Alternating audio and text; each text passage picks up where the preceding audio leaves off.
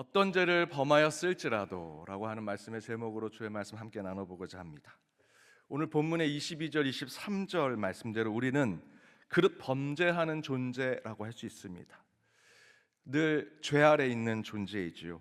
죄를 진다는 것은 중심을 잡고 그것에 그 길을 나아가는 것이 아니라 항상 이쪽 저쪽을 기웃거리고 그곳에서 하나님께서 주신 신실하고 믿음 있는 삶을 살아내지 못하고 앞에 말씀드렸던 그 가난한 소 한 마리를 가지고 있는 농부처럼 사람들의 그 뜻에 따라 세상의 기준대로 살아가는 자들이라 할 수 있습니다.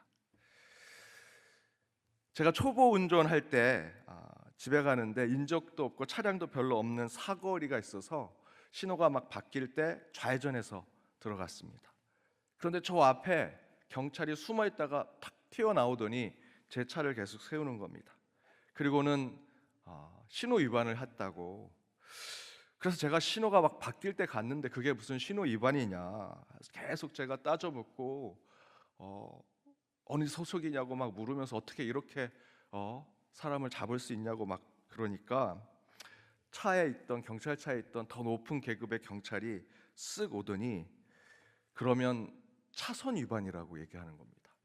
신호 위반이라고 했더니 또 차선 위반은 뭐냐고 막 제가 또 따지니까 본인들이 찍어놓은 게 있다고 그때 당시에 캠코더를 보여주더니 제 차를 찍어놓은 캠코더에 제가 차선을 넘는데 좌회전할 때 사실 대부분 그렇잖아요. 멀리서 가지 않고 그 노란 차선 있는 거를 살짝 걸치고 간 제 차가 그곳에 찍혀서 정말 억울하지만 어쩔 수 없이 중앙선 넓은 곳으로 제가 딱지를 끄는 적이 있습니다. 나중에 알고 보니까 경찰이 캠코더로 이 교통 위반을 잡는데 이 캠코더를 산 비용이 많이 들어서 교통 위반을 한 차들을 더 많이 잡아가지고 그 캠코더 비용을 하려고 했다라고 하는 9시 뉴스를 그때 보고 내가 그때 걸렸던 한 사람이구나. 얼마나 속상했는지 모릅니다. 여러분 오늘 차 타고 오셨죠? 아마 세세하게 보면요 교통 위반하신 거 굉장히 많으실 겁니다. 하나하나 따져보면요 죄가 아닌 게 없습니다. 실수가 아닌 게 없고요 문제가 안 되는 것이 없습니다. 흠없고 거룩하게 살아가겠다? 차를 운전하는 이 교통 위반을 지키는 것도 저희들 완벽하게 지킬 수 없습니다. 영적인 부분, 우리의 신앙적인 부분도 그렇지요. 완벽한 영성의 삶을 살아갈 수 있을까? 그렇지 않다는 것입니다. 아무리 은혜를 받고 아무리 성직자처럼 결단하며 살아갈지라도 인간은 죄를 범할 수밖에 없는 조건의 삶을 살게 되고요 끝내 죄를 지었음을 깨닫게 됩니다. 그래서 오늘 본문에서는 이런 죄에 대해서 나는 몰랐는데, 나는 중앙선을 넘었는지 몰랐는데, 내가 그런 신화 위반을 했는지 모르는데 돌아서 생각해 보니 경찰이 캠코더에 찍은 그 영상을 보니 내가 그런 잘못을 범했구나. 우리 인생도 그렇게 무엇인가 우리 인생을 찍어놓은 캠코더나 영상물이 있으면 우리는 몰랐지만 나중에 보니 이런 잘못이 있었구나 라는 것을 알게 되지요. 그것을 오늘 25절에서는 이렇게 얘기합니다. 우리 함께 읽어보겠습니다. 제사장이 이스라엘 자손의 온 회중을 위하여 속죄하면 그들이 사함을 받으리니 이는 그가 부지 중에 범죄함이며 또 부지 중에 범죄함으로 말미암아 헌물 곧 화제와 속죄제를 여호와께 드렸음이라. 부지 중에 범죄하였다. 알지 못하는데 죄를 범하였다라고 증거하죠. 인간은 알고 짓는 죄 더불어 모르고 짓는 죄도 우리 안에 있다라는 것입니다. 25절 이하에 계속해서 부지 중 범하는 죄에 대하여 여러 종류가 나오고요 더불어 그 죄에 대해서도 하나님은 용서하시고 그 죄를 사해 주시기 위해 속죄제를 어떻게 드려야 하는지 그 방법에 대해서 오늘 본문에서 계속해서 증거하고 있습니다. 그런데 그 부지 중에 지은 죄도 회개가 필요하고 속죄함을 받아야 한다라고 하나님은 말씀하시지요. 앞에 이야기한 대로 우리는 아닌 것 같지만 저와 여러분은 우리가 모르고 범하는 죄가 있다라는 것입니다. 인간은 무지한 자들, 또한 부족한 자들이기 때문에 죄를 짓고도 모르고 넘어갈 때가 있고 그것이 죄인지 모르고 범죄할 때가 있다라는 것이지요. 따라서 우리는 반드시 모르고 지은 죄도 하나님께 회개하고 반드시 그 속죄를 받아야만 우리는 온전한 삶을 살아낼 수 있다라는 것입니다. 그렇다면 모르고 지은 죄가 어떤 부정적인 영향을 주길래 우리가 모르고 지은 부지중에 지은 죄에 대해서 속죄를 받고 회개를 해야 하는가? 두 가지를 살펴보고자 합니다. 첫 번째는 부지중에 지은 죄가 이웃과 타인, 공동체와 세상에 영향을 주기 때문에 우리는 반드시 어떤 죄에 대해서도 여러분이 알고 지은 죄, 모르고 지은 죄 모두에 대해서 회개하고 속죄할 필요가 있다라는 것입니다. 오늘 본문 27절에서 29절에 이렇게 증거합니다. 길지만 함께 읽어보겠습니다. 만일 한 사람이 부지중에 범죄하면 1년 된 암염소로 속죄제를 드릴 것이요 제사장은 그 부지중에 범죄한 사람이 부지중에 여호와 앞에 범죄한 죄를 위하여 속죄하여 그 죄를 속할지니 그리하면 사함을 얻으리라. 이스라엘 자손 중 본 소생이든지 그들 중에 거류하는 타국이든 누구든 부지중에 범죄한 자에 대한 법이 동일하거니와. 한 사람이 죄를 지었더니 제사장이 그에 대해서 속죄를 하고 더 나아가 이스라엘 자손 중 본토 소생이나 거류하는 타국인에게도 동일하게 이 법을 적용하게 된다라고 증거하지요.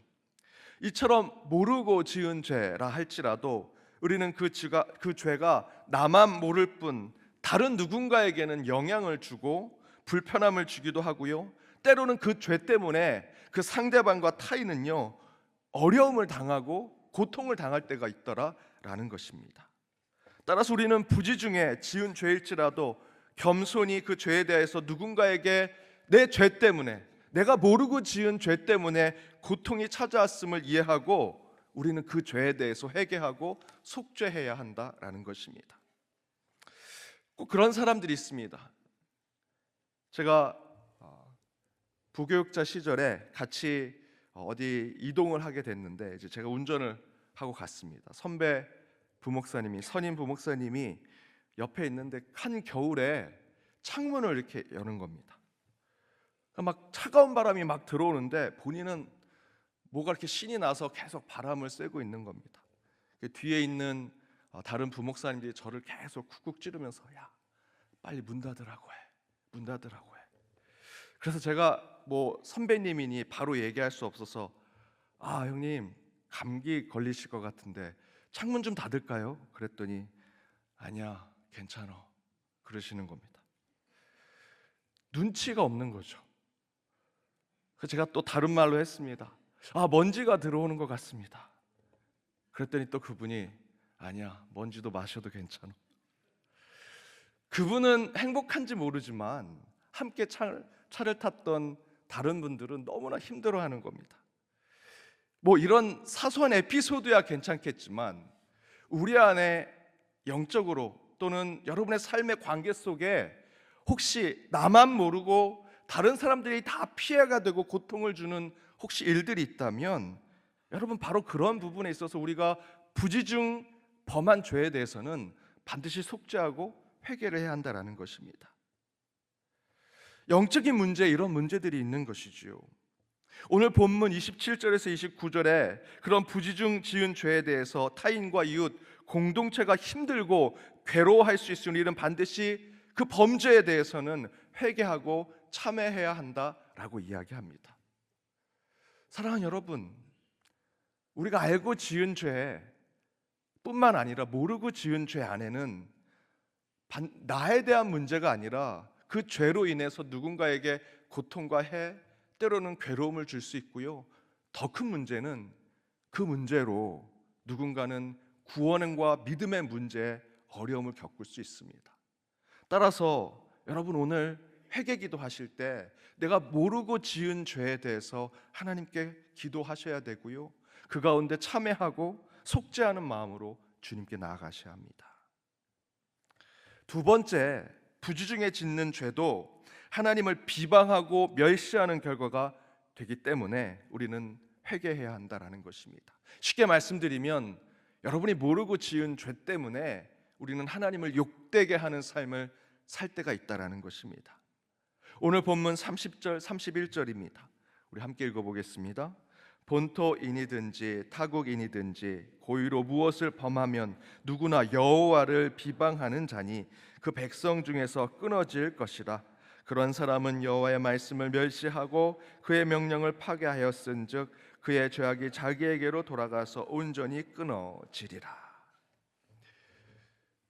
전에 제가 모교회 주일학교에서 아이들과 함께 어떤 프로그램을 하다가 간식을 사러 가는데 아이들, 야 너희들 뭐 먹고 싶어? 그랬더니 맥콜이 먹고 싶다고 맥콜 음료수를 사달라 그래서 아무 생각 없이 여러 간식을 사고 맥콜 음료수를 샀습니다. 그랬더니 가게 주인께서 이렇게 얘기하십니다. 맥콜은 교회에서 싫어하는 이단이 만든 건데 교회에서도 사가네요. 맛있으면 다 사 먹는 거지 뭐. 이렇게 얘기하시는데 아차, 실수했다라는 생각이 들었습니다. 저희들은 모르고 하는 일인데요, 세상 사람들은 다 지켜보고 있고요, 더 중요한 것은 그들이 지켜보고 생각하는 것은 저 믿는 사람들도 저렇게 잘못을 범하는구나 라는 것으로 저희들이 지은 그 부지 중의 죄로 하나님을 욕되게 하고 하나님을 비방하고 멸시하는 결과를 초래하더라라는 것입니다. 죄 그 자체는 하나님을 사실 욕되게 하는 것이죠. 우리가 알아서 지은 죄든 아니든 상관없이 우리가 죄를 지으면요, 하나님을 멸시하는 것이고요, 하나님을 비방하는 결과를 낳게 됩니다. 죄가가 나타나면 그것은 부지중이든 알고 있었던 우리는 책임을 져야 합니다.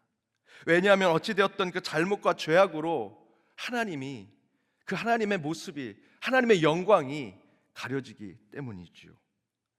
때로는 우리가 먹는 먹거리가 공정한 무역, 바른 유통 과정으로 오지 못한 것일 수 있고요, 그러나 우리가 그런 것을 먹거나 먹거리로 사용하게 될 때 우리는 모르고 먹었어요, 우리는 잘 몰라서 그냥 지나쳤어요 라고 얘기할지 모르지만, 그것을 알고 있는 세상 사람들은 저 믿는 자들이 저렇게 모르고 지었다라고 죄를 얘기하지만 저들도 다 저렇게 그냥 대충 죄를 범하고 사는구나 라고 얘기할 때 우리들의 문제가 아니고요, 하나님께 욕되게 된다라는 것이죠.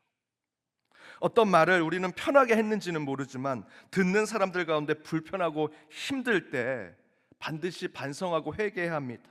그 얘기를 들은 사람은요, 그 얘기를 한 저와 여러분과 같은 믿는 자들을 비난할 뿐만 아니라 우리 뒤에 계신 하나님을 욕할 것이 분명하기 때문입니다. 따라서 저희는 늘 겸손히 우리의 삶을 살펴보고 알지 못하는 곳에서 죄를 짓고 전혀 인식하지 못할 때 범죄하였던 그것을 늘 생각하면서 우리 일상 가운데 겸손히 회개하는 삶을 살아야 한다라는 것입니다. 사랑하는 여러분, 알고 지은 죄든 모르고 지은 죄든 우리는 절대로 죄의 굴레에서 벗어날 수 없습니다. 그리고 때론 그것들이 하나님을 욕되게 한다라는 것을 여러분 반드시 기억하셔야 합니다. 따라서 우리는 겸손히 죄를 지을 수밖에 없는 존재임을 깨닫고 항상 회개하는 삶을 사셔야 합니다. 그렇게 회개하는 삶을 통해 하나님은 우리의 삶을 책임져 주십니다. 그 말씀을 요한일서 1장 9절에서 이렇게 얘기하십니다. 우리 함께 읽어보겠습니다. 만일 우리가 우리 죄를 자백하면 그는 미쁘시고 의로우사 우리 죄를 사하시며 우리를 모든 불의에서 깨끗하게 하실 것이요. 우리가 죄를 고백하고 회개하면 하나님은 우리 죄를 사해 주신다, 그리고 우리를 불의에서 깨끗게 하신다 말씀하고 계십니다. 여러분 한번 깊이 생각해 보십시오. 아니 생각해도 기억나지 않는 부지중 지은 죄가 분명히 있을 것입니다. 오늘 기도 시간에 그 회개의 기도 가운데 주님 앞에 우리가 알고 지은 죄, 모르고 지은 죄 모두 주님 앞에 속죄하고 회개해서 경건한 삶을 이뤄내는 저와 여러분이 되기를 주님의 이름으로 축복합니다. 오늘 이 시간 함께 찬양으로 결단하며 나아가기 원합니다. 저와 여러분 죄인으로 이곳에 서 있을 수밖에 없습니다. 우리의 죄를 사해 주실 분, 특별히 모르고 지은 죄까지 우리를 용서하실 분은 오직 오직 주님이십니다. 그 보혈을 지나 주님의 곁으로 나아가 온전하게 또 순결하게 나아가는 저와 여러분이 되길 원합니다. 함께 찬양으로 결단하도록 하겠습니다.